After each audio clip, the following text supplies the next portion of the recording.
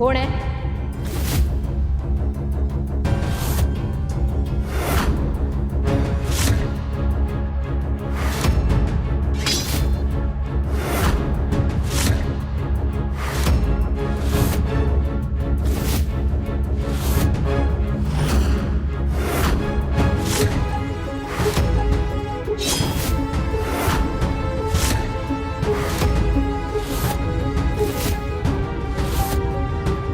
पद्मा,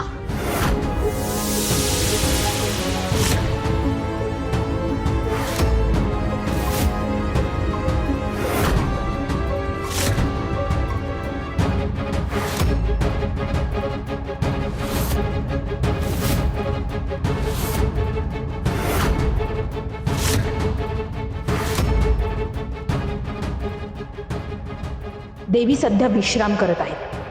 त्या उठत नाही तोवर तुझ्या तोंडून आवाज फुटणार नाही. त्यांच्या आरामात मी व्यत्यय येऊ देणार नाही.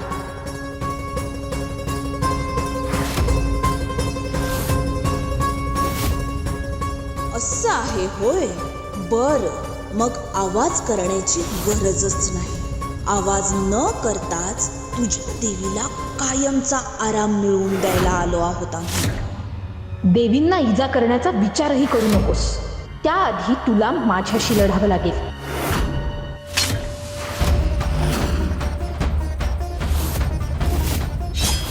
थांब, देवीला वाचवण्याचे तुझे प्रयत्न कसे हाणून पाडते ते बघच. आता तुझी देवी दचकून उठलीच पाहिजे. तुला काय वाटलं मी एवढी गाफील राहीन? देवींची निष्ठावंत सखी आहे मी. तुझे सगळे प्रयत्न निष्फळ ठरतील.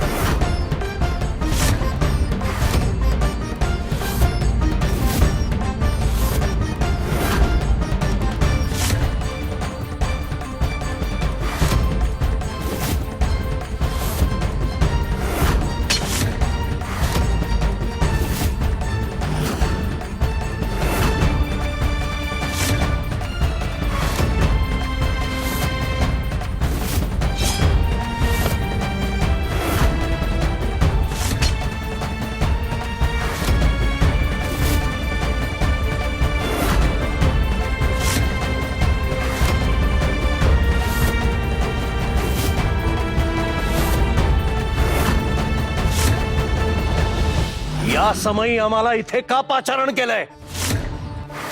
प्रणाम असुर नरेश. हा आपला असुर सैनिक तुम्हाला महत्वाची वार्ता देणार होता. हो असुर नरेश, मला महत्वाचं काहीतरी सांगायचं होतं. या सैनिकांना तुम्ही सम्राज्ञीच्या मागावर पाठवलं होतं. त्यांचा अंत करण्याचा आदेश दिला होता.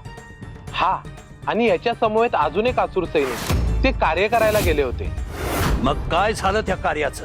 असुर नरेश, आम्ही हल्ला केला, पण माझा साथीदार त्यात मारला गेला. शुंभा राणीनं त्याचा जीव घेतला.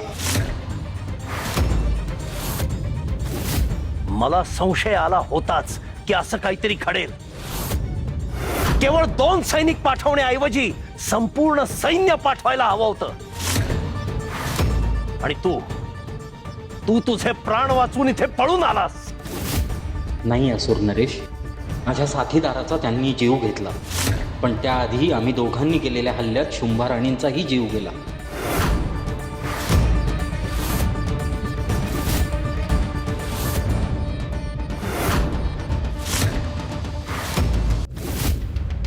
हे तू सत्य सांगतो आहेस?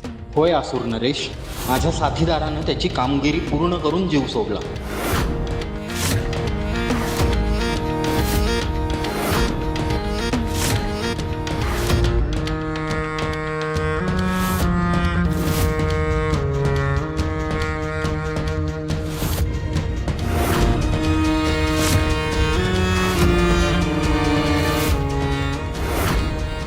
मात्र सम्राज्ञींचा आहे.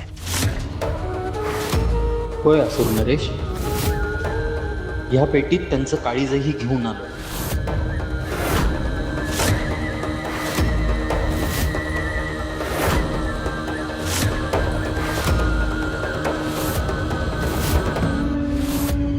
हे सत्य सांगतो आहेस ना?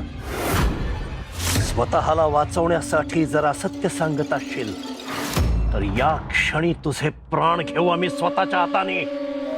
सांग. थांब महिषासुरा,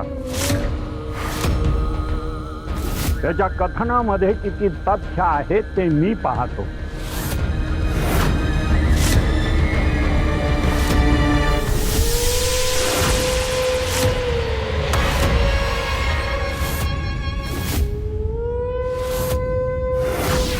आता सांग, सम्राज्ञी शुंभांचा अंत झालाय का? आणि हे वस्त्र त्यांचंच आहे का? होय दैत्यगुरु, त्यांचा मृत्यू झालाय. हे वस्त्र त्यांचेच आहे. दैत्यगुरु, होय महिषासुरा, हा सांगतोय ते सत्य आहे. शुंभाचा मृत्यू झालाय आणि शुंभा आता जिवंत नाही.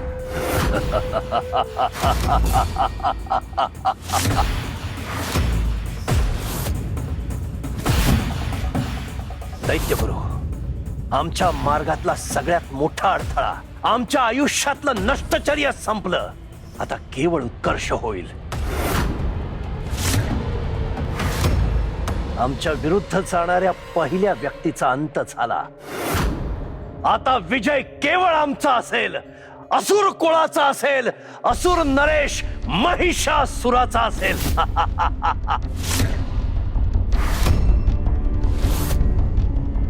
जा, आनंदोत्सव साजरा करा.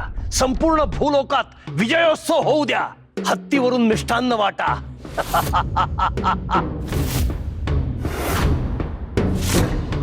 आता विजय केवळ आमचा होईल, असुर नरेश महिषासुराचा.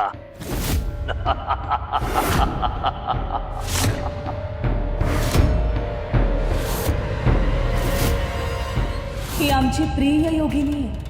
तू तिच्यावर वार करायला निघालीस शुंभा? आम्ही हे सहन करू असं वाटलं तुला? आमच्यावर तुझा राग आहे म्हणून हल्ला करायला आली ना? मग पद्माला शिक्षा का? ये, आमच्यावर वार कर. आम्ही तलवार देखील उचलणार नाही. देवी, हो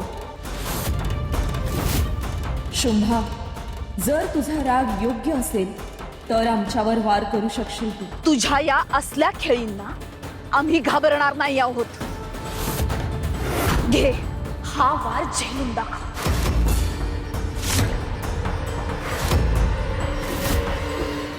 असुर साम्राज्याच्या साम्राज्ञी आहोत आम्ही.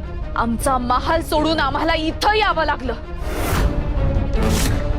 तेही केवळ तुझ्यामुळे.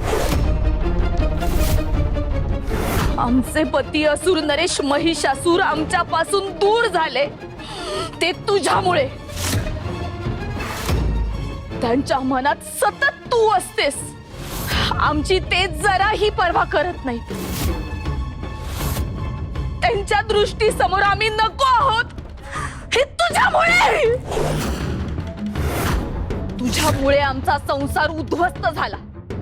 सगळं सुख संपुष्टात आलं. असुर नरेशांच्या भल्यासाठी आम्ही जीवाची बाजी लावली.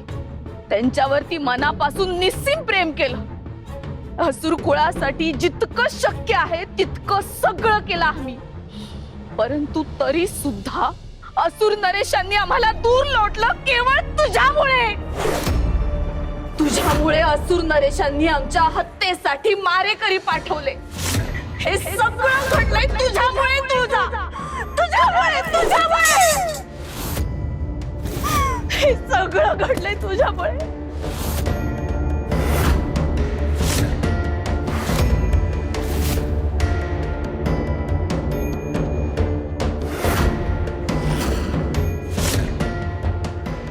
नको,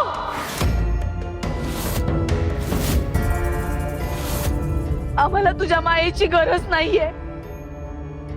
नकोय आम्हाला तुझी सहानुभूती. आम्ही स्वतः समर्थ आहोत आमच्यावर आलेल्या संकटांचा सामना करण्यासाठी.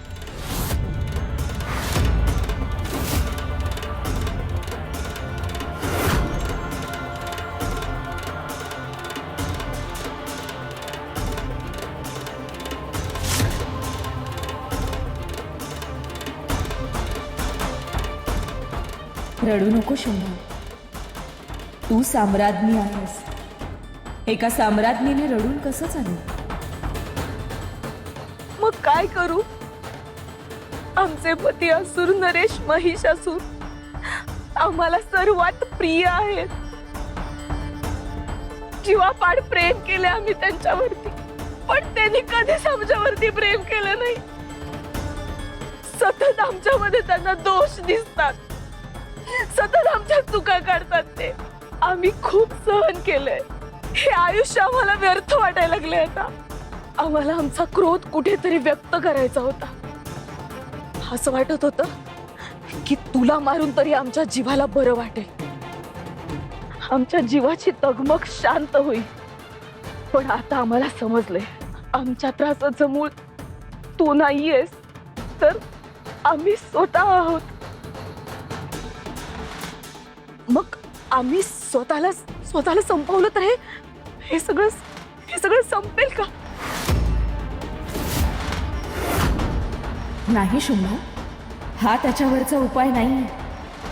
स्वतःला संपवून कधीच त्रास संपत नाही. त्याचं नवीन आवर्तन सुरू होतं. मग काय करू आम्ही? हा त्रास कसा कमी करू? या अवस्थेतून आमची सुटका कशी होईल? आम्हाला काय करावं लागेल?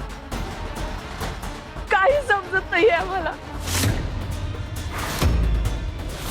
यावर एक मार्ग आहे.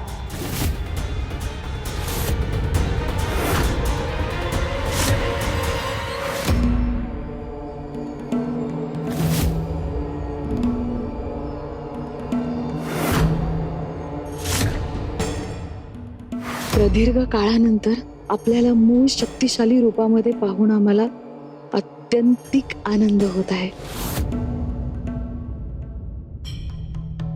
हा असुर नरेश, तुम्ही आता कोणत्या मनस्थितीत आहे हे मी समजू शकते, पण इथं येऊन तुमच्याशी बोलणं लय महत्वाचं वाटलं मला, म्हणून आले मी. तुमचं सम्राज्ञीवर खरं प्रेम होतं. तुम्ही आनंद साजरा करायला सांगितला, पण त्यांच्या जाण्याचं दुःख तुम्हाला बी झालंच असणार ना? होय, आमचा जीव होता त्यांच्यावर. आम्ही असत्य सांगणार नाही. आमचं प्रेम होतं शुंभांवर, परंतु त्यांचा स्त्री सुलभ मत्सर, त्यांचा स्वार्थ आमच्या ध्येय प्राप्तीच्या मार्गातला सगळ्यात मोठा अडथळा ठरत होता. आणि हे युद्ध आहे. यामध्ये यशप्राप्ती, ध्येय सिद्धी ही अनन्य साधारण महत्वाची असते. ध्येय प्राप्तीसाठी प्रसंगी स्वतःच्या प्राणांचं बलिदान द्यावं लागतं. कित्येक असुरांनी आज वरिष्ठ देवतेला प्राप्त करून घेण्यासाठी स्वतःचं शीर कापून त्यांच्या चरणी अर्पण केलेलं आहे. आपल्या प्रियजनांचं बलिदान दिलेलं आहे.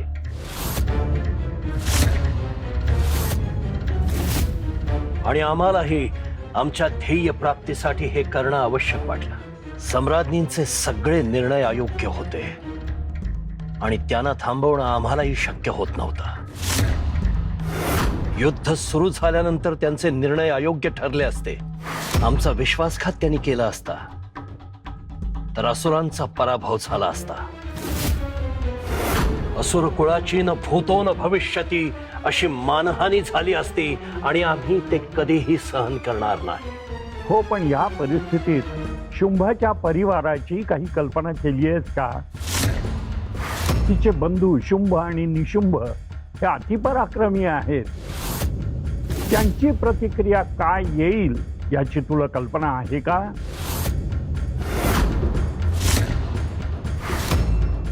शुंभाचे बंधू शुंभ आणि निशुंभ यांच्यापर्यंत ही वार्ता पोहोचवण्याचं कार्य आपण करू शकता दैत्यगुरु.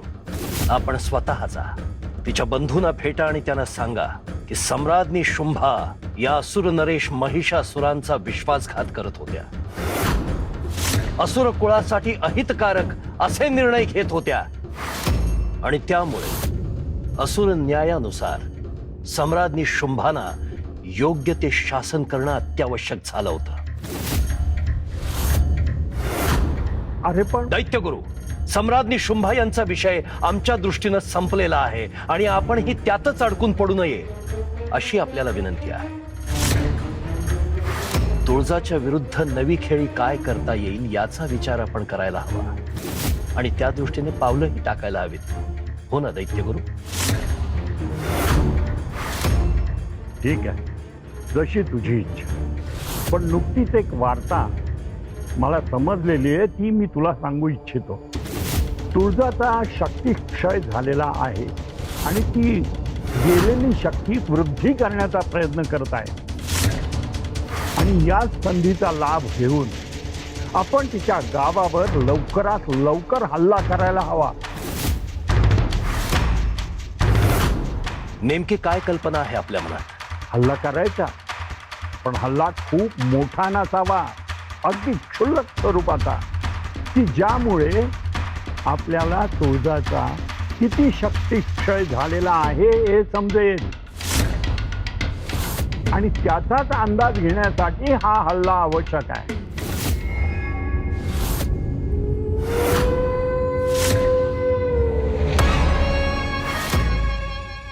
दैत्यगुरु, आपण म्हणता आहात ते योग्य आहे. यावरून एक योजना मनात येते आहे आमच्या. तू आतापर्यंत सम्राज्ञी शुंभा यांची दासी म्हणून अनेक कार्य पार पाडली आहेस. आता आमच्यासाठी एक कार्य करायचं आहे, करशील? सांगा ना असुर नरेश, तुमचा जो काही आदेश असेल तो पाळायला तयार आहे मी. तुम्ही सांगाल ते करीन.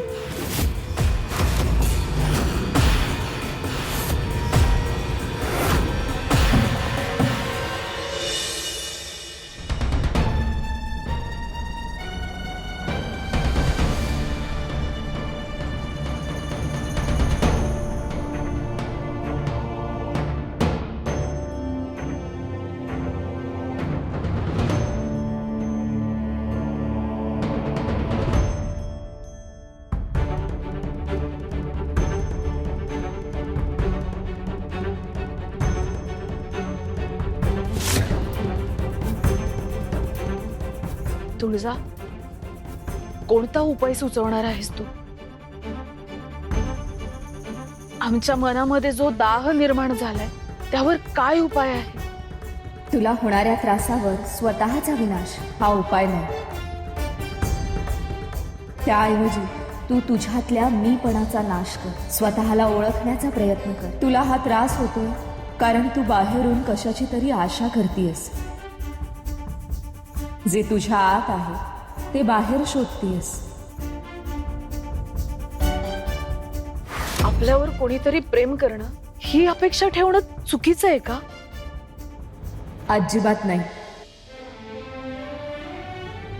परंतु प्रेम आपल्याला हवं तसंच मिळेल असंही नाही. त्याचं रूप वेगळं असू शकतं आणि त्याचा स्वीकार करण्यासाठी तुला स्वतःला योग्य बनवावं लागेल, स्वतःला प्रबळ करावं लागेल. आम्ही प्रबळच आहोत तुळजा. आम्ही सर्व युद्ध कलांमध्ये निपुण आहोत. प्रबळ व्हायचं म्हणजे आणखी नेमकं काय करायचं? केवळ युद्धकलेत नाही, शरीरानेही नाही, तर मनाने देखील प्रबळ होणं महत्वाचं आहे. सत्याची आणि चांगुलपणाची शक्ती खूप मोठी असते शुंभ.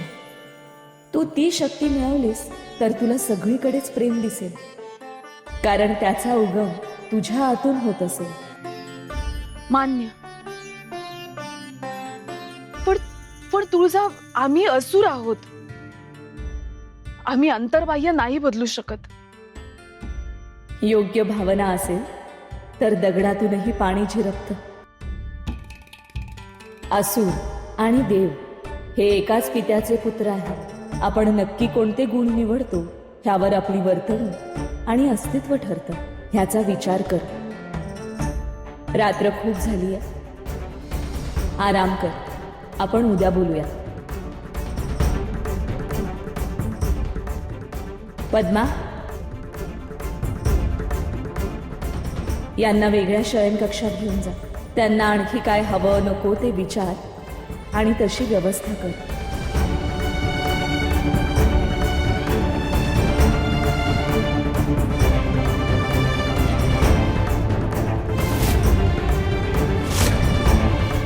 तुळजा आम्ही अंतर्बाह्य नाही बदलू शकत.